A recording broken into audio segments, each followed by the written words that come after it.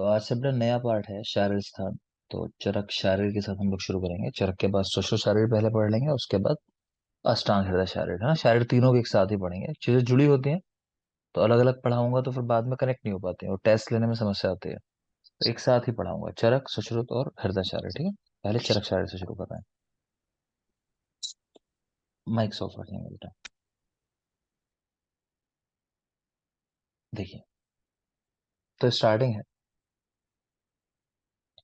तो शारीर स्थान पहला चैप्टर, चैप्टर का नाम है कतिधा पुरुषीय अध्याय। कतिधा पुरुषीय अध्याय। यही लिखा हुआ है कि भेल और काश्यप के अंदर एक चैप्टर मिलता है असमान गोत्रीय अध्याय। जबकि चरक संहिता में आप देखोगे चैप्टर मिलता है अतुल्य गोत्रीय। एक मिनट रुकिएगा। चरक शायरी दो का नाम बताओ क्या है। अतुल्य गोत्रीय। अतुल्य गोत्रीय है, ठीक है। और असमान गोत्रीय है भेल और काश्यप के अंदर, ठीक है। ये बात लिखी हुई है, देखो सही कर लो। सबने याद कर लिया ना चैप्टर्स के नेम, आपको कल दिए थे याद करने के लिए। चरक, सुश्रुत और हृदय के, तो याद रखना। तो ये जो लिखा है चरक शारीर दो लिखा हुआ है कि वो है अतुल्य गोत्रीय अध्याय, और यहाँ भेल और काश्यप में जो है वो असमान गोत्रीय अध्याय है। तो सही कर लेंगे इस पॉइंट को, ठीक से लिखा हुआ। ठीक, तो खैर वापस आ जाते हैं। तो शारीर स्थान को आश्रय स्थान भी कहा जाता है, क्योंकि शरीर ही आश्रय है। आपने पढ़ा है, व्याधि हो चाहे सुख दुख हो, सबके आश्रय जो है मन और शरीर दो होते हैं, ठीक है, इंद्रियों के साथ। काश्यप में एक चैप्टर में काश्यप ने इसको आत्मनिश्चय कहा है, शारीर स्थान को ही। आत्मनिश्चय। चरक शरीर में 8 अध्याय, सुश्रुत में 10, संग्रह में 12, हृदय में 6। तीन तो आपने याद ही कर लिया, संग्रह याद कर लो बस। संग्रह में 12 है, जस्ट डबल हृदय से। चरक शारीर एक में पूछे गए प्रश्नों की संख्या 23, चरक शारीर दो में 36। और आप जानते हो चरक सूत्र 13 में, बोलो। 25। 25, ठीक है। तो वहां 25 है प्रश्न। सृष्टि उत्पत्ति क्रम। तो पहले तो यहाँ लिख लो कि मॉडर्न में जो मानते हैं ना, वो मानते हैं कि आरएनए, स्टार्टिंग में आरएनए था, मतलब यहाँ से सब कुछ लाइफ जो है वो आगे बढ़ी आरएनए से। ये है स्टार्टिंग जो है लाइफ की। आयुर्वेद में अगर हम बात करेंगे तो इसमें थोड़ा डाउट है कि प्रकृति है और एक पुरुष है, किन दोनों में से कौन पहले आया। तो उसमें फिर डाउट रहता है, कोई कहता है प्रकृति पहले है, कोई पुरुष पहले है, दोनों एक साथ है। तो खैर देखते हैं। तो चरक में कुल 24 तत्व है। सुश्रुत, सांख्य, संग्रह, हृदय, शारंगधर, इनमें 25 तत्व हैं। योग दर्शन महाभारत में 26 तत्व हैं। याद क्या रखना वो समझ लो, मेन है देखो नंबर। सृष्टि उत्पत्ति क्रम में हम पढ़ेंगे अभी पूरा क्रम क्या है। तो उसमें 24 तत्व हैं चरक के अनुसार, एक बात। सुश्रुत के अनुसार है 25, इतना याद रखोगे। और योग दर्शन स्पेशली महाभारत करो तो ठीक है, इन योग स्पेशली याद रखना, वहां 26 है। 26 होते कैसे हैं? 25 प्लस ईश्वर। सुश्रुत वाले 25 और एक ईश्वर, ठीक है। बाकी इसके साथ जो जुड़े हुए हैं नाम वो आपका मन है, करना चाहो तो कर लेना। सुश्रुत के साथ सांख्य है, वाग्भट भी है, और शारंगधर भी है 25 के अंदर। योग दर्शन के साथ महाभारत है, 26 तत्व है, 25 प्लस ईश्वर। सृष्टि उत्पत्ति क्रम में आचार्य चरक ने वेदांत दर्शन को फॉलो किया है और सुश्रुत ने सांख्य को फॉलो किया है। तो सा से सुश्रुत, सा से सांख्य। तो चरक वेदांत को फॉलो करता है और सुश्रुत सांख्य दर्शन को फॉलो करता है। चरक और सांख्य दर्शन दोनों आत्मा को नित्य मानते हैं और सर्वगत, यानी सब जगह है आत्मा। आत्मा नित्य भी है, यानी कभी मरती नहीं। वो कहते हैं ना, ना मरती है ना मारती है आत्मा, हमेशा अजर है अमर है, वो वाली बात। तो वो है, आत्मा नित्य है और सर्वगत है, हर जगह है।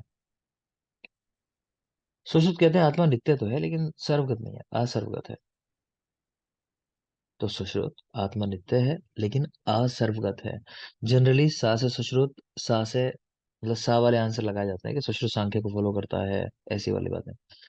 कि शारीरिक स्थान में सुश्रुत श्रेष्ठ है, बात समझ रहे हो। लेकिन यहाँ पे सा से सा मत मैच कर लेना, कहीं सुश्रुत के साथ सर्वगत लगा दो, असर्वगत है।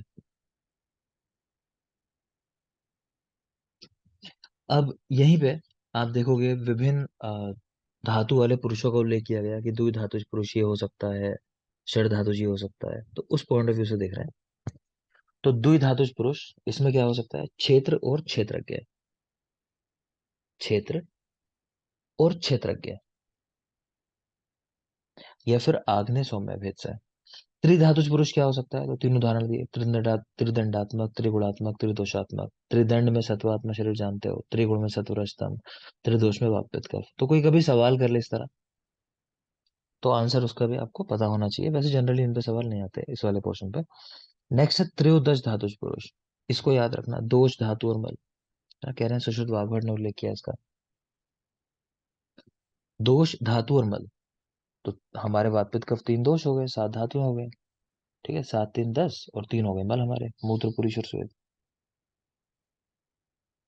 सप्तदश धातु, यानी 17 धातुओं वाला, चरक काश्यप ने उल्लेख किया इसका। इसमें हमारी 11 इंद्रियां हो गई, पांच कर्मेंद्रियां, पांच ज्ञानेंद्रियां, एक मन है जो उभय इंद्रिय है।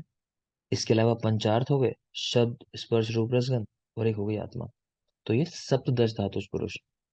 तो रटना नहीं है, लेकिन आपको पता होना चाहिए, कभी कोई एक्सप्लेन करने को कहे तो पता होगी सप्तदश में क्या आएगा, त्रयोदश में क्या आएगा। और देखिए, आचार्य सुश्रुत पुरुष के लिए यानी आत्मा के लिए लिखते हैं कि पुरुष वह वस्तु, बहुत बहुत जरूरी है। शारीर स्थान के सबसे जरूरी पॉइंट्स में से एक, तो पीछे आपको पढ़ा है कि योग दर्शन, उनके जो तत्व हैं वो 26 हैं, 25 सुश्रुत वाले प्लस ईश्वर। वो सवाल बहुत आता है। और एक ये देख रहे हो कि पुरुष क्या है, तो आंसर आता है पुरुष वह वस्तु। वह वस्तु का मतलब है असंख्य, यानी आत्मा असंख्य है। कि एक मेन हो गए परमात्मा, और उसका अंश हम जो जीवात्माएं हैं सारी। तो मतलब इस तरह देखो तो आत्माएं असंख्य है। ठीक है ना? तो शब्द है वह वस्तु, इसको बिल्कुल रट लेना आपको। ये भरवाता है, पुरुष fill in the blank, answer भरोगे वह वस्तु। सांख्य दर्शन उस सूक्ष्म शरीर में 18 तत्व मानते हैं वहाँ पे। सूक्ष्म शरीर 18 तत्वों से युक्त होता है। एकादश इंद्रियां हैं, पंच तन्मात्राएं हैं, और बुद्धि और अहंकार। एकादश इंद्रियां, पंच तन्मात्राएं, और बुद्धि अहंकार। तो ये सांख्य के 18 तत्व हैं। अगेन, मैंने नहीं देखा सवाल कहीं ऐसे पूछे जाते हो, तो इनमें से सवाल नहीं आते इन चीजों पे। आगे चलिए। चरक का एक षड धातुज पुरुष है। उसमें क्या है?